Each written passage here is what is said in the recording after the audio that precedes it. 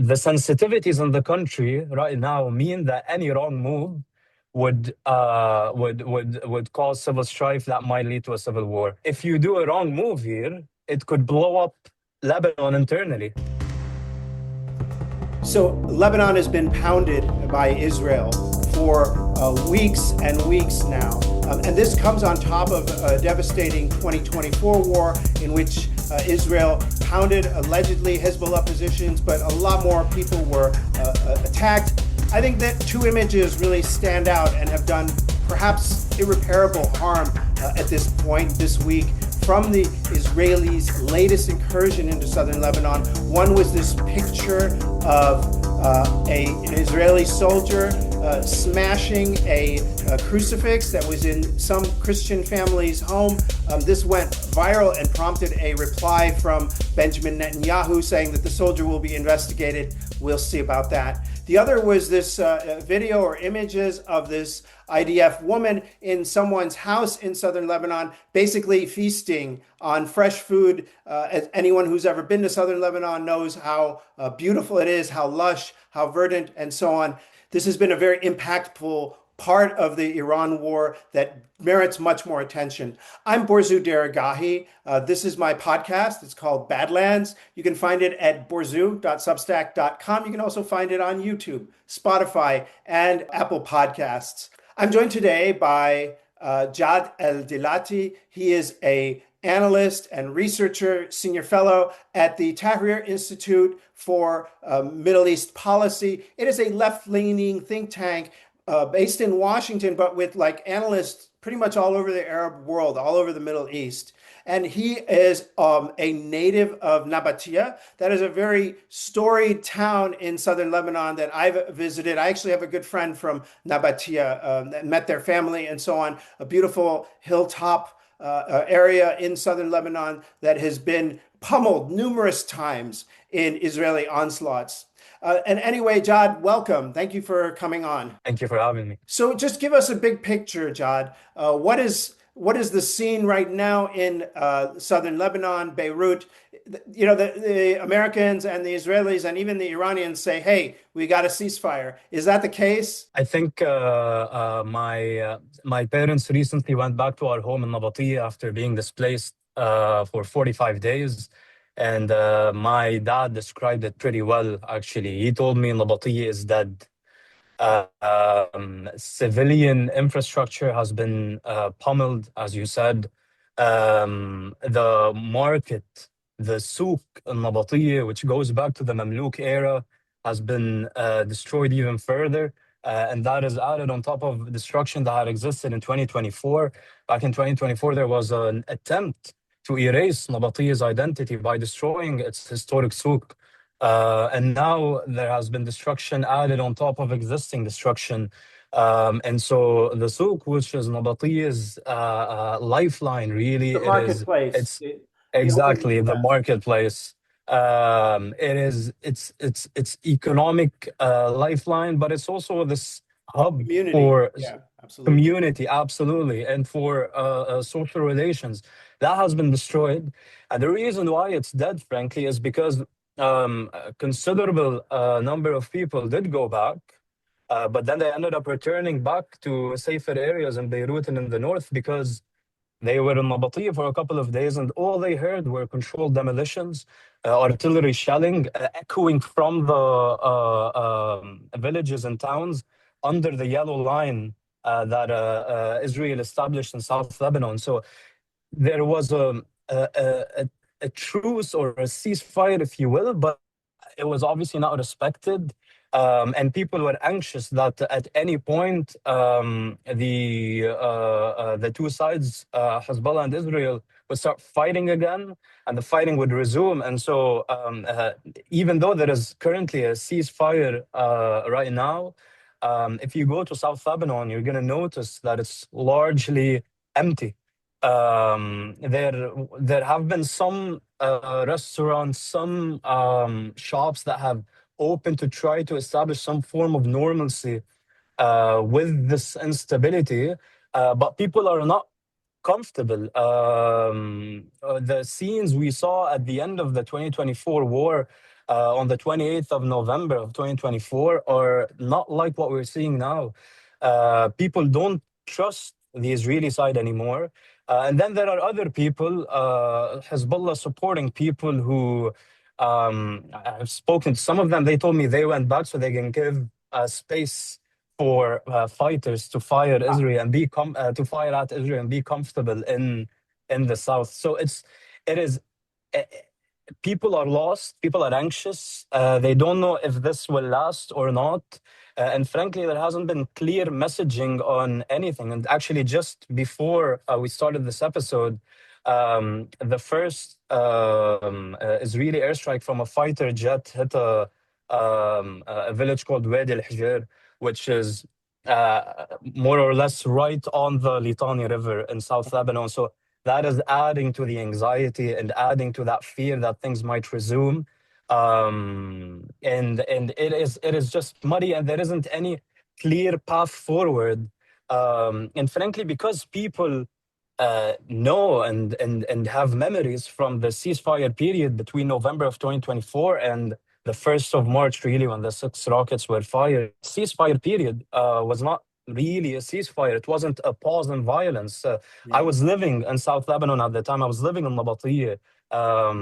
There were near daily military operations, whether that is airstrikes or controlled demolitions or artillery shelling. But also, and frankly, more importantly, many tens, or actually, I'd say hundreds of thousands of people didn't go back to South Lebanon because there's nothing to go back to.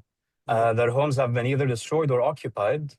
And this is going to cause a massive social and humanitarian catastrophe that not a lot of people are talking about. So what do you do with over 100,000 people who will be near permanently displaced? Is that the population of south of the Litani, 100,000 people, more than 100,000? It is. So it is significantly more than that because Lebanon's last census happened in 1932. It is difficult to specify the number, but it ranges.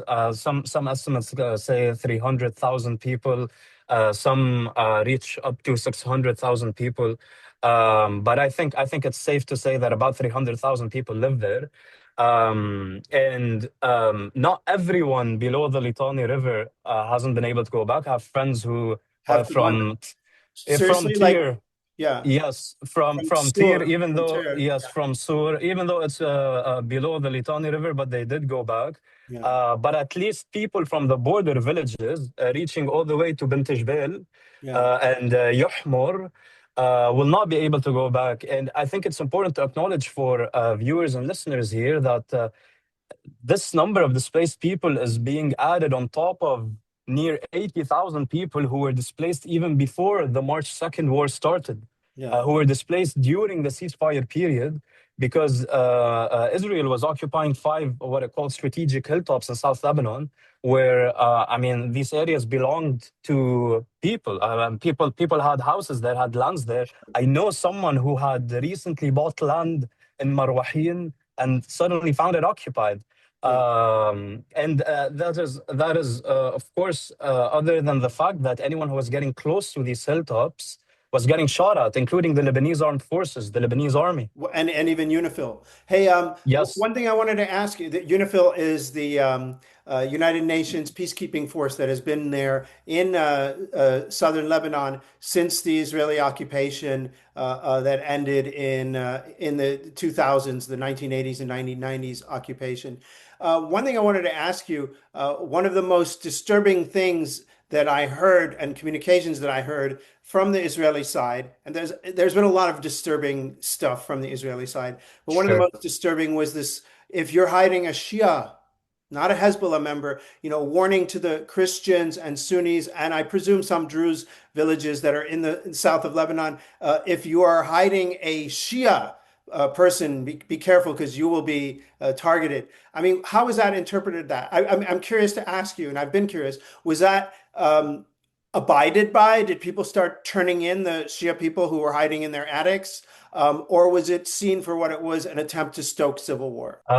That's a great question. There is certainly, I think it would be analytically incorrect not to assume that displacement is getting weaponized to deepen sectarian divisions in Lebanon and potentially cause civil strife or civil war. And actually, just very this morning, to add to your example, it was reported by the mayor of one of these Christian villages that are mainly Ramesh and Ibil and Dibil, I believe, that they received aid from the IDF, Hmm. which comes to show you the separation that is happening. And certainly, there have been tactics implemented by the Israeli side to deepen sectarian divisions. And unfortunately, had the ceasefire not come into effect last Thursday, I had, and they still exist, but I had growing concerns that the country was going to collapse into a civil war. There are several tactics we can talk about here. One of them being this clear separation between Christian host communities and displaced Shia communities. Earlier in the war, Israeli Defense Minister Katz explicitly said the hundreds of thousands of Shias, not people, not militants, who are leaving their villages and towns in South Lebanon, will not be able to go back to it until the security of the northern settlers is guaranteed. This is one of the very few times that he referred to a religious group, not an armed or not an armed group, not everyone. He said Shias to conflate Hezbollah with Shias. You can add to that several other things like airstrikes in historically safe areas in the north of Lebanon. These historically safe areas are either Sunni areas or Christian areas. And for context here, when I say historically safe, I mean areas which in the Lebanese 2006 war and the 2024 war were not hit or targeted. Yeah. And there were airstrikes on buildings housing displaced people, whether that is hotels or whether that is just regular residential buildings. And the immediate aftermath of that, as we saw, was landlords and the community representatives or the community leaders kicking out all displaced people in the area. And here you can clearly see that sectarian dynamic when, for example, the first evacuation warning of the southern suburb of Beirut, Tahrir, explicitly mentioned in the map that people should head east towards Meten, which is Christian, or north towards Tripoli, that is Sunni, in a clear attempt to draw the distinction between displaced Shias who pose a threat to their displaced communities and between to their host communities and between Christians and Sunnis. And then we saw it shortly after the Black Wednesday attacks 2 weeks ago, which were, for anyone who doesn't know, 100 airstrikes in 10 minutes on Beirut. Killing like 400 people or something like that. Yes. Exactly, killing nearly 400 people and injuring thousands. After that, the Israeli Arabic spokesperson Afichai Adrai posted a tweet saying that we're now exposing Hezbollah. Hezbollah has left Tahrir and is now sheltering in Christian areas in Beirut. That distinction was very, very clear. And when you add to that this massive international pressure of militarily confronting Hezbollah to disarm them, that was put on the Lebanese army and mainly the army general, you see how much the country was tense. And you know, Lebanon is great in its pluralism. I mean, it has 18 recognized sects, but the system that holds this pluralism together is very sensitive and cannot absorb a shock of this magnitude. And now even though there is a ceasefire, there is some work to be done after the war of the ceasefire holds, because as I mentioned earlier, there are more than 100,000 displaced people who will remain sheltering in these safe areas because they have nowhere to go back to. And it's up to the Lebanese government to see how to navigate that tension and make sure that these sectarian fractures aren't deepened further. How would you describe the level of anger and hostility towards Hezbollah right now in the general public? I know this is a sensitive question, and you have to probably answer it carefully if you want to go back to Nabatiyeh. Nabatif, أنا فاهم. Okay, so like, how would you? Is there a lot of anger towards Hezbollah for dragging Iran? I'm sorry, dragging Lebanon into what was this Iran-Israel war? Is there any sympathy? Is there any understanding? Do people in Lebanon buy the line that, hey, we were going to be targeted anyway, that we were just on the firing block, that the ceasefire never ended, as Hezbollah and its advocates argue? What do you think? I mean, I'm going to answer this question very honestly, and I think it deserves nuance because often when people get asked this, I think they leave a lot of nuance off the table. Um, right after Hezbollah fired rockets into Israel on the Second early of in the March. morning on the 2nd of March, there certainly was anger and frustration from Shias against Hezbollah, unlike anything I've ever seen before in my life, truly. Um, because it felt like Lebanon was dragged into this war, this regional war. Certainly, the ceasefire period was unstable, and it still had violence. I mean, more than 300 people were killed during the ceasefire period alone. But at the same time, people were home in Nabatiyeh, in surrounding villages, in Tyre, in certain areas in South In Lebanon. Bint Jbeil. Uh, Yeah, Exactly. In Bint Jbeil, exactly. yeah, Bint Jbeil wasn't destroyed. yeah. So, and because people it's sad, but people now know what kind of response this disproportionate and uh, uh, response from the Israeli side, people were scared of what was going to come, and you could see it in the what you could hear it in the voice of the woman who recorded the rockets being fired. Her voice was cracking because she feared what is to come. That is not to say that that anger remained. Hmm. Shortly after, I'd say in the couple of weeks following that, because of the intensity of the Israeli response and how many people Israel was killing. I mean, on average, it was about 100 people every day during the first 2 weeks. 20% of those are children. And because of the destruction that they were causing and airstrikes in Beirut, airstrikes on hotels and in safe areas, I can confidently say that that anger and frustration quickly turned into simply anger towards Israel. So they overdid Uh, it, as they always did, as they did with Gaza. They went overboard. They basically failed because they have no sense of proportion or exactly, measure. exactly, exactly. And here I'm talking specifically about the Shia community. Yes.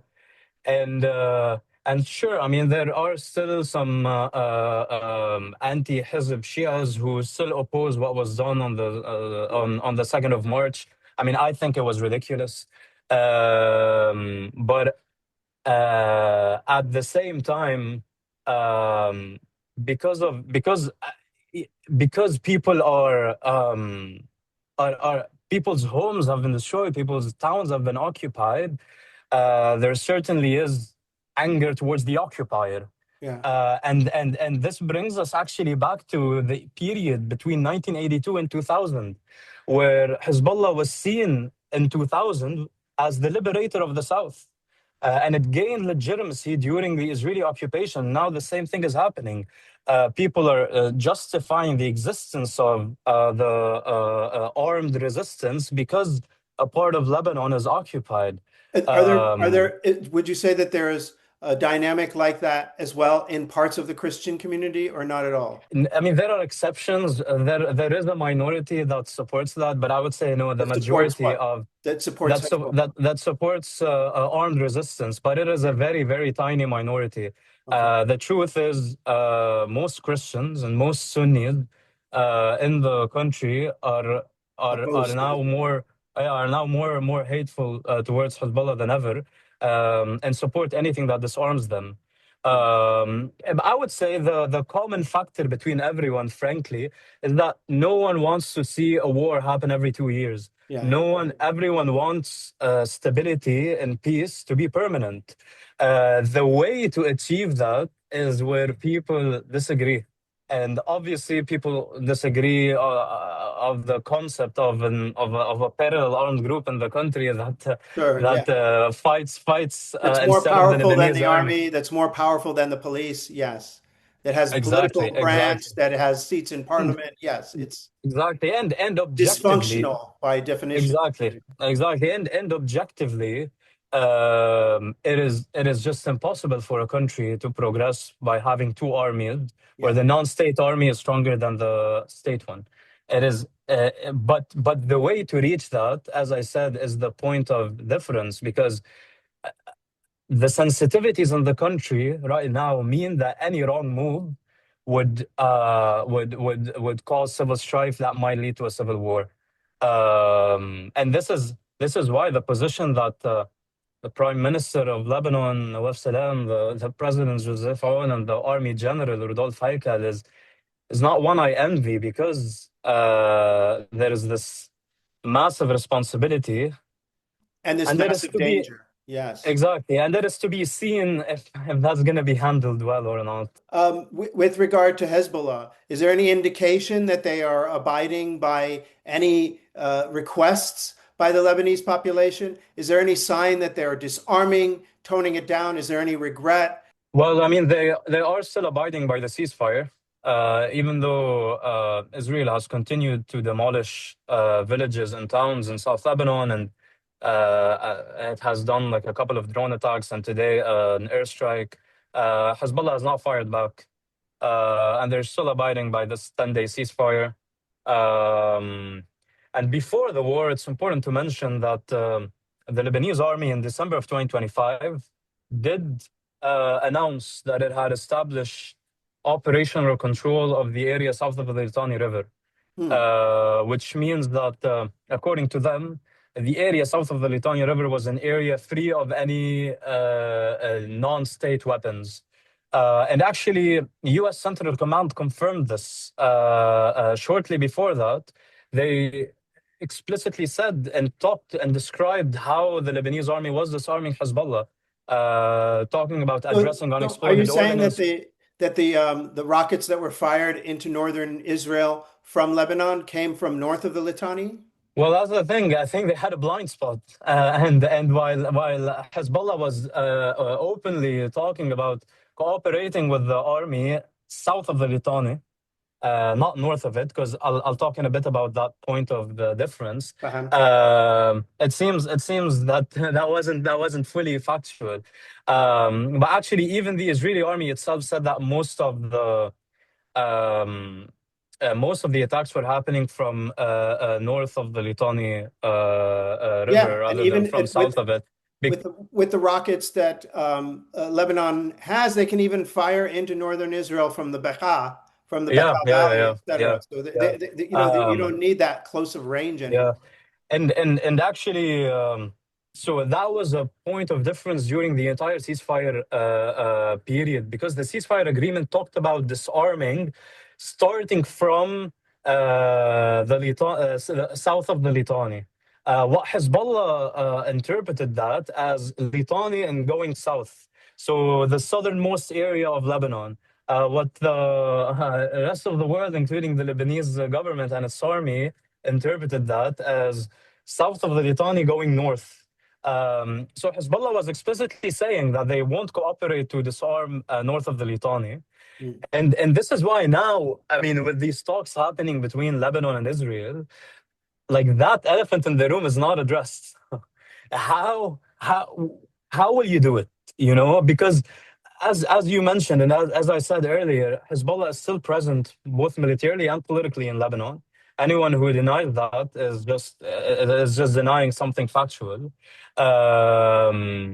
And if they're still denying disarmament, I mean, yesterday, a member of parliament belonging to Hezbollah, Fadlallah, said that no external or internal power can disarm the resistance.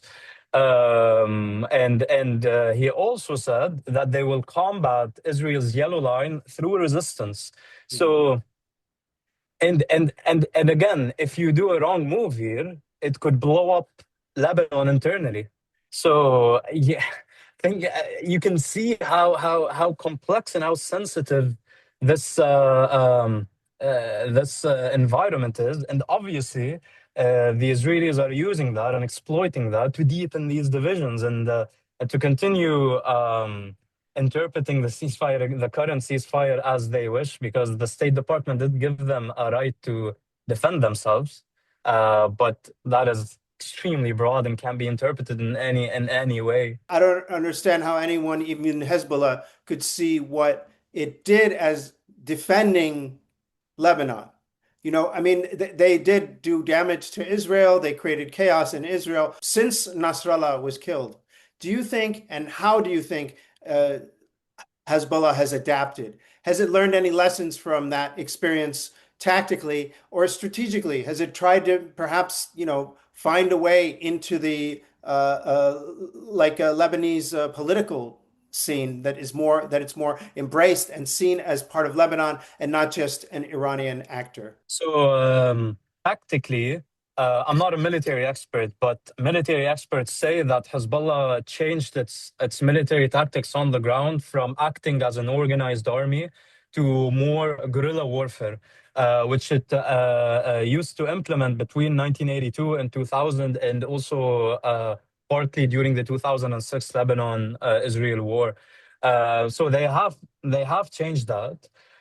Politically, no, nothing. I mean, wha- one of the one of my frustrations, frankly, is that Lebanon had an opportunity during the ceasefire period to build a state, you know, that is representative of all its sects, of all its religious groups. But Hezbollah did not engage in that, as well as political wing, did not engage in that Why was it Hezbollah's in that decision or state was it building. Well, I mean, they claim that both the president and the prime minister were not were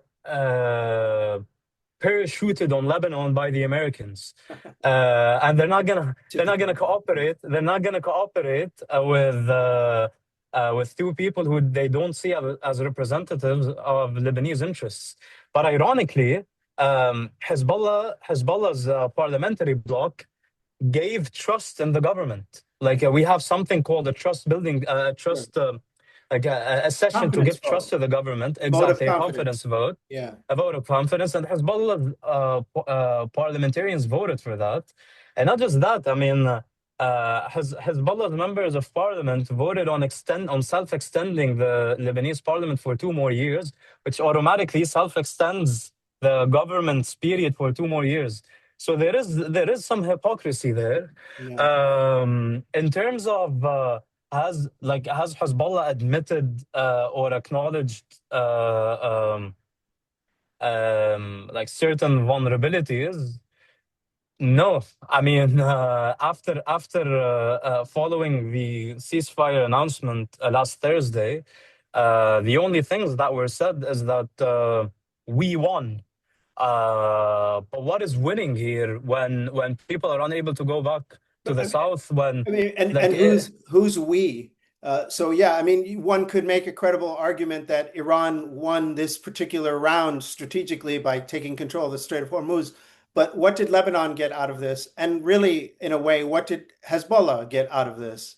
I mean, from even from their point of view of fighting against Israel, they're 10 miles back, and their grandparents' villages have been destroyed. So well, the victory they claim. So there are two types of victories: a defensive victory and a strategic victory. They claim that they achieved defensive victory because Israel entered Lebanon with the goal of dismantling Hezbollah, and they failed to do that. I mean, even the Israeli officials from the Israeli army itself said that the disarmament of Hezbollah will not be fully done through a military campaign. It has to be done internally in Lebanon. So they claim that because they managed to deter the IDF and except one here has to question what deterrence is when the IDF reached Bint Jbeil and is now blowing up areas in Bint Jbeil It does look and there's like a it does seem like the IDF is a little spooked by its experience of going into Lebanon. It experienced much more casualties on the ground than it anticipated.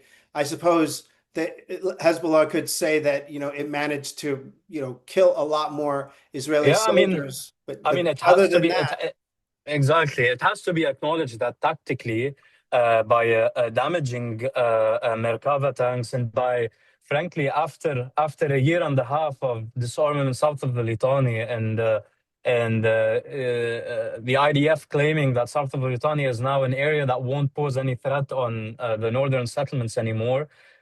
It is noteworthy to them, and it is. They can. I think it is legitimate to claim that there are military victories when militants emerge from a destroyed area like the border towns. sure. Except, I think I don't.